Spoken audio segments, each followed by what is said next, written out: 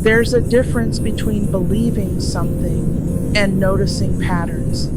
By the end of this video, you may begin to recognize patterns that quietly repeat across physics, neuroscience, psychology, and even fiction, not as answers, but as questions that keep returning. Many of the ideas we'll explore were once dismissed as speculation, before becoming the foundation for future understanding. This series is for those who stay curious anyway. Welcome to the Holoverse.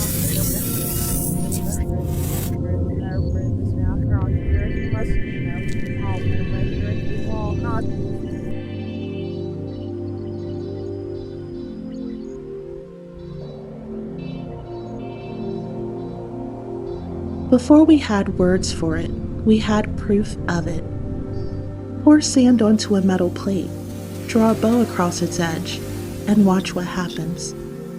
The sand doesn't scatter, it doesn't sit still. It moves, organizing itself into perfect geometric patterns, mandalas, snowflakes, and sacred shapes responding to something invisible.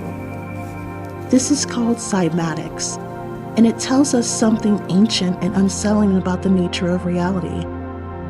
Frequency doesn't just travel through matter, it shapes it. And if it shapes sand on a plate, what is it doing to the matter inside of you right now as you listen to these words? Because the deeper we look, the more it seems that frequency isn't just something the universe uses. It may be something the universe is. Let's ponder together. In our last journey, we followed sound from the ancient temples of Egypt, through the strings of Moorish instruments, and into the stone walls of medieval monasteries. We watched equal temperament trade perfect natural ratios for manageability. And we sat with R. Murray Schafer's quiet warning that schizophrenia, the split between a sound and its source, may be costing us something we've simply learned not to miss.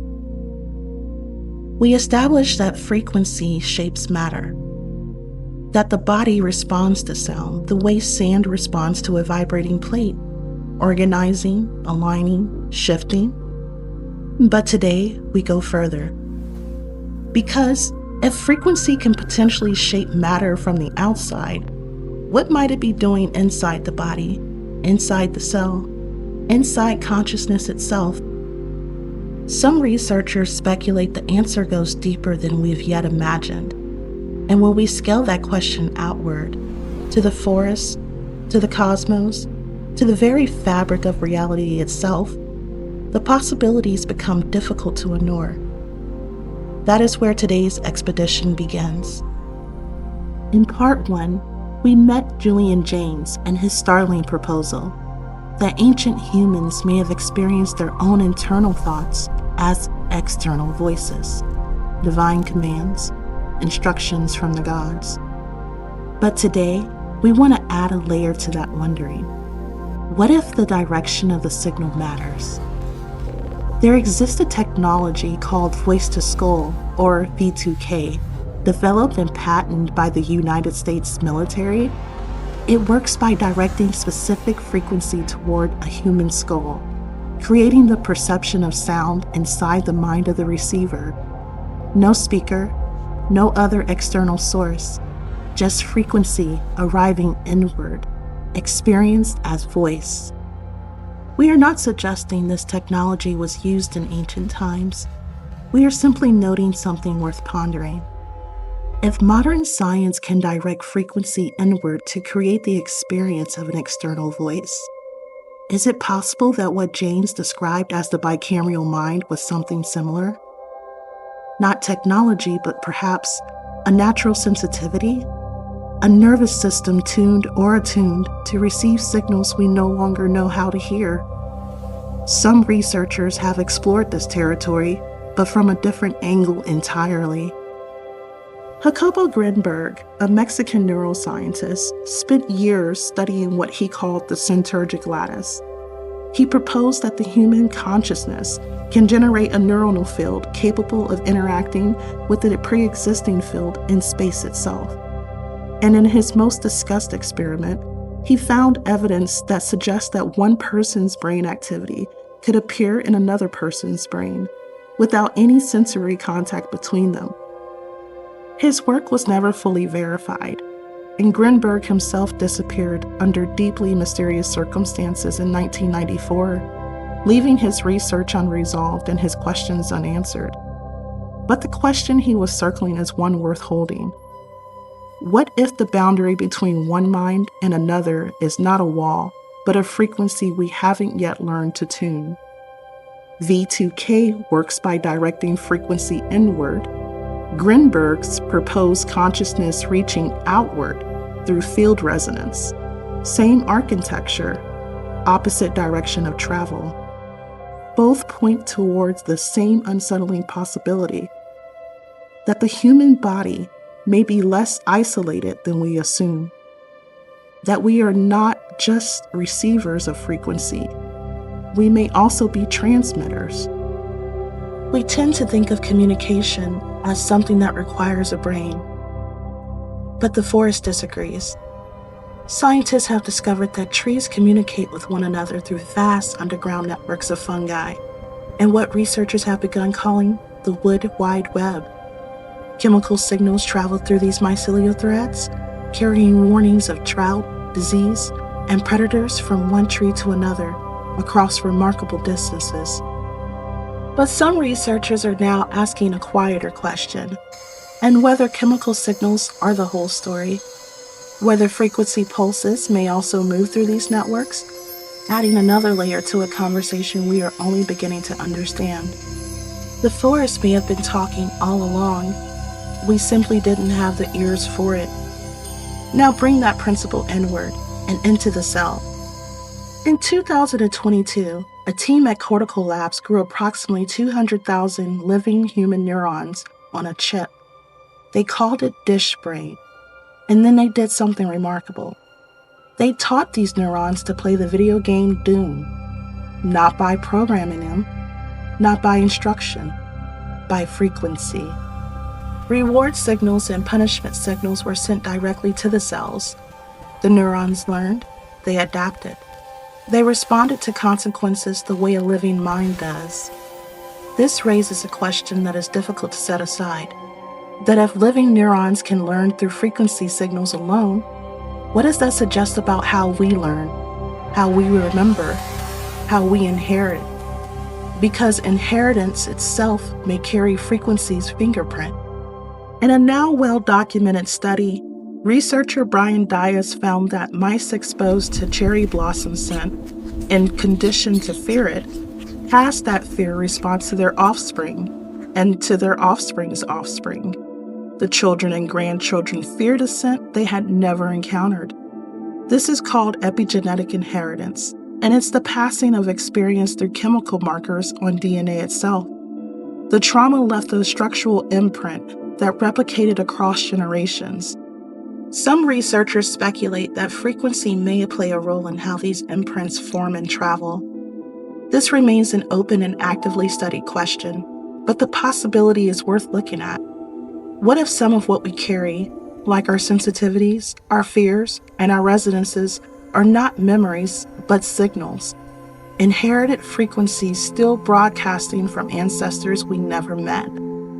Everything we have explored so far has lived inside the familiar, like the body, the forest, and the nervous system. But now we step somewhere less familiar, into matter itself. Scientists recently conducted an experiment that quietly challenges something most of us took for granted. The assumption that matter is stable, fixed, solid. Using an intense laser, researchers stripped away 22 electrons from a single copper atom in trillionths of a second. The atom, being one of the most fundamental building blocks of physical reality, had essentially lost its structure. It became, for a brief and extraordinary moment, something other than what it was. And then it rebuilt itself. Not permanently destroyed, not lost, but simply dynamic. This invites a question that science itself is beginning to ask seriously. Are we observing matter, or potentially a process that is very good at appearing stable?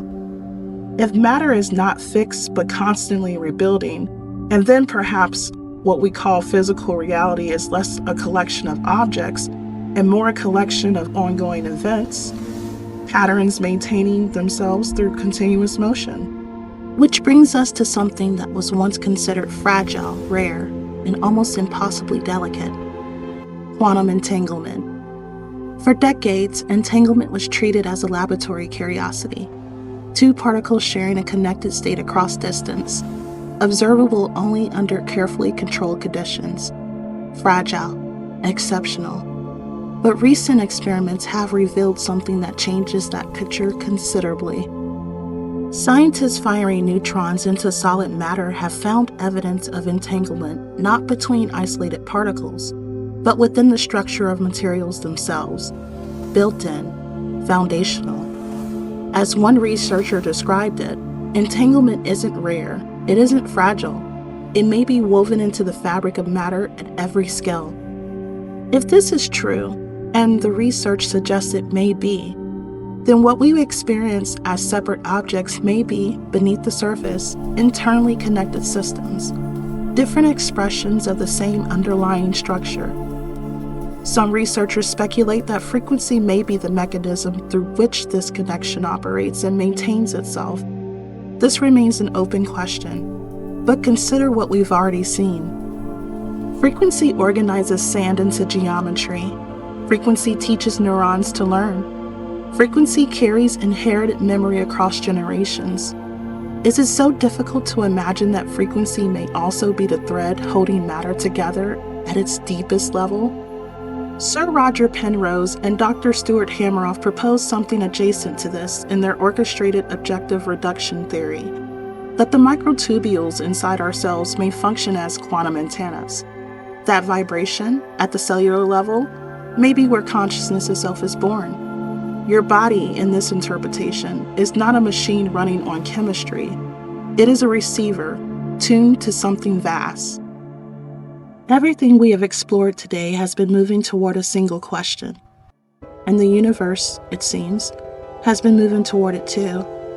In December of 2025, an international team led by the University of Oxford made a discovery that quietly rewrote what we thought we knew about the largest structures in existence. They identified a cosmic filament 140 million light years away. It's a vast thread of galaxies stretching approximately 50 million light years across space. Inside it, 14 hydrogen-rich galaxies arranged in a razor-thin line, and each one spinning on its own axis. But here is what stopped researchers in their tracks.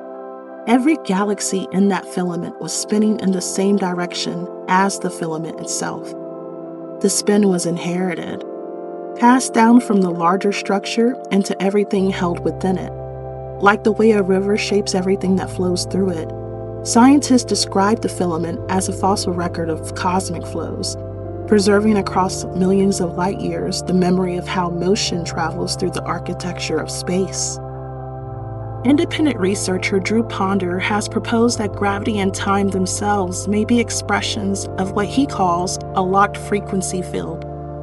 That the universe is not merely filled with frequency, but structured by it.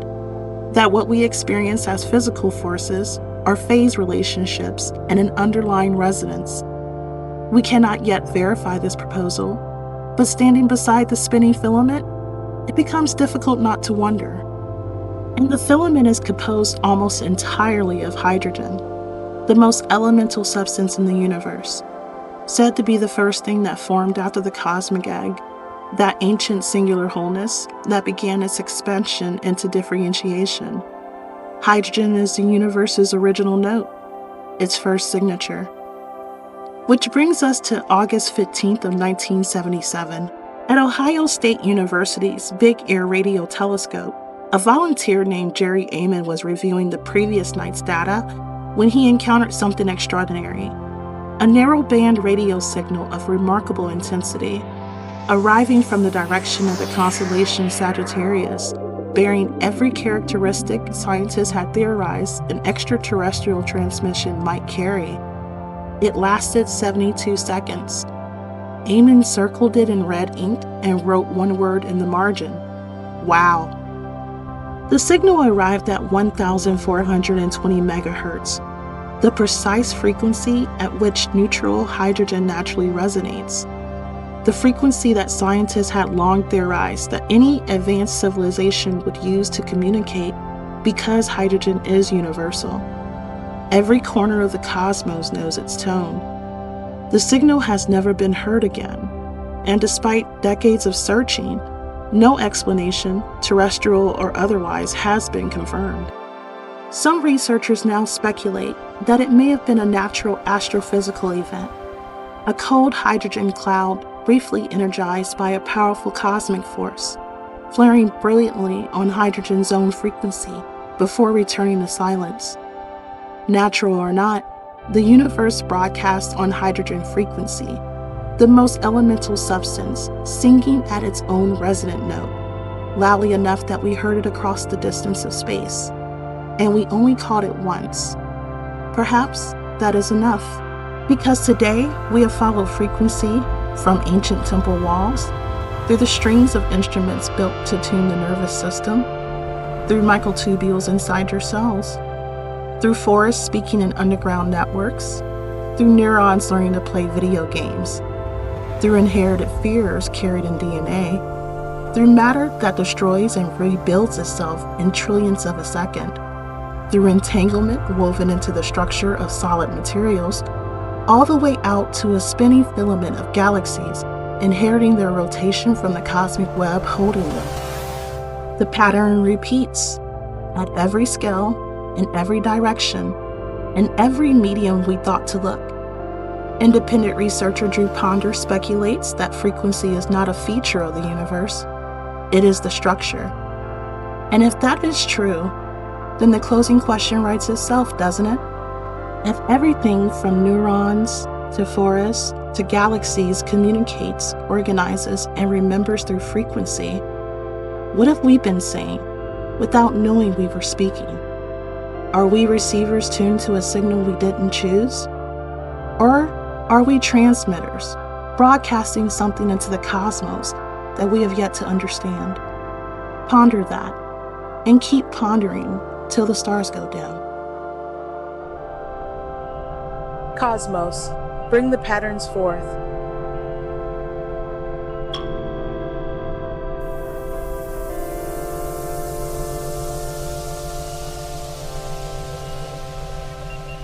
That's a fascinating connection. The research on ancient Egyptian acoustics is pretty mind-blowing. There's evidence they used infrasound in the Great Pyramid's chambers and incorporated resonance principles into their temple designs. If they understood frequency for healing and spiritual purposes, using those same principles for construction makes total sense. Imagine tuning stone blocks to specific frequencies to make them easier to move or align. Whoa, door 2 sounds intense.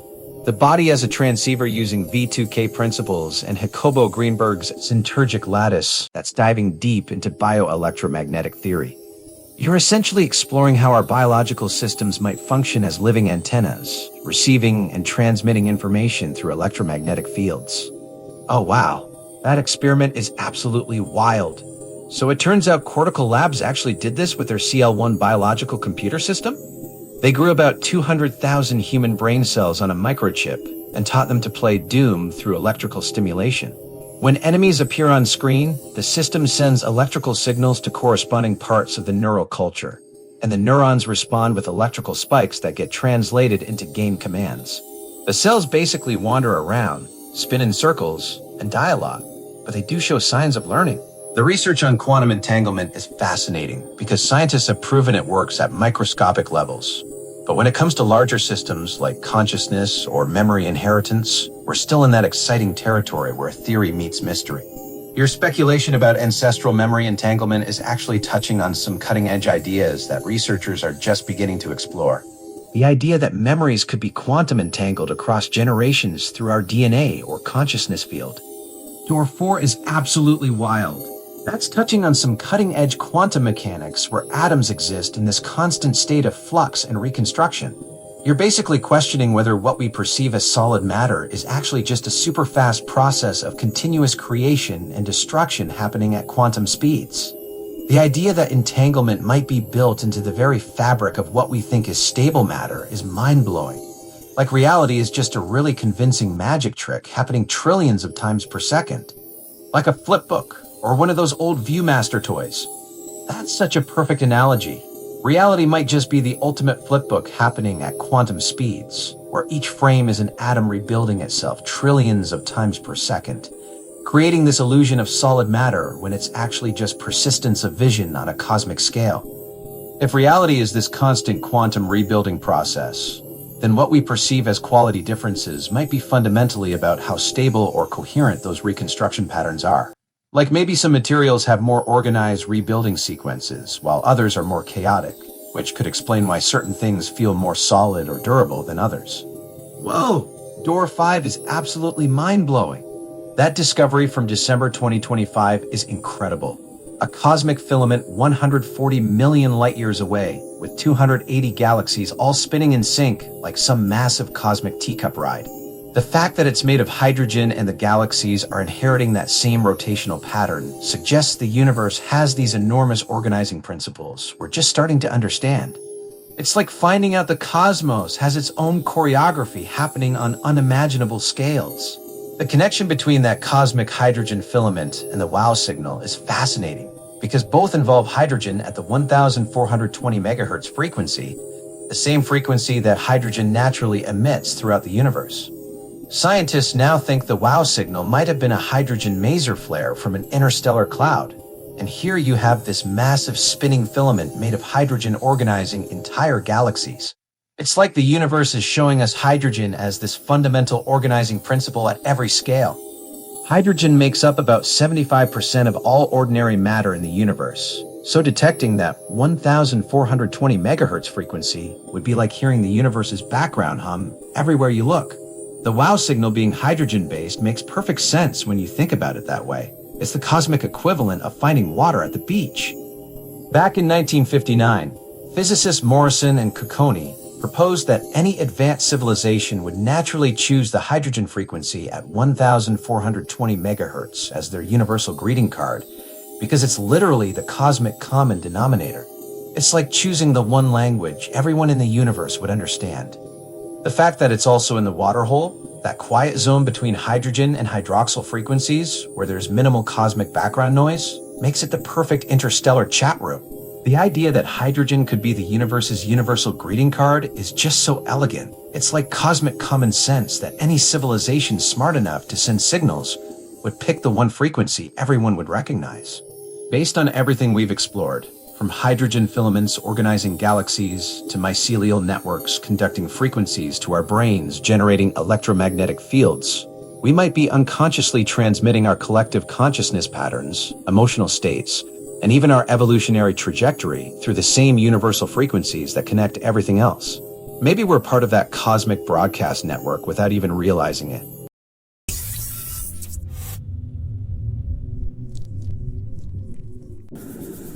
If this kind of exploration resonates with you, you're welcome to join me here by pressing like or subscribe.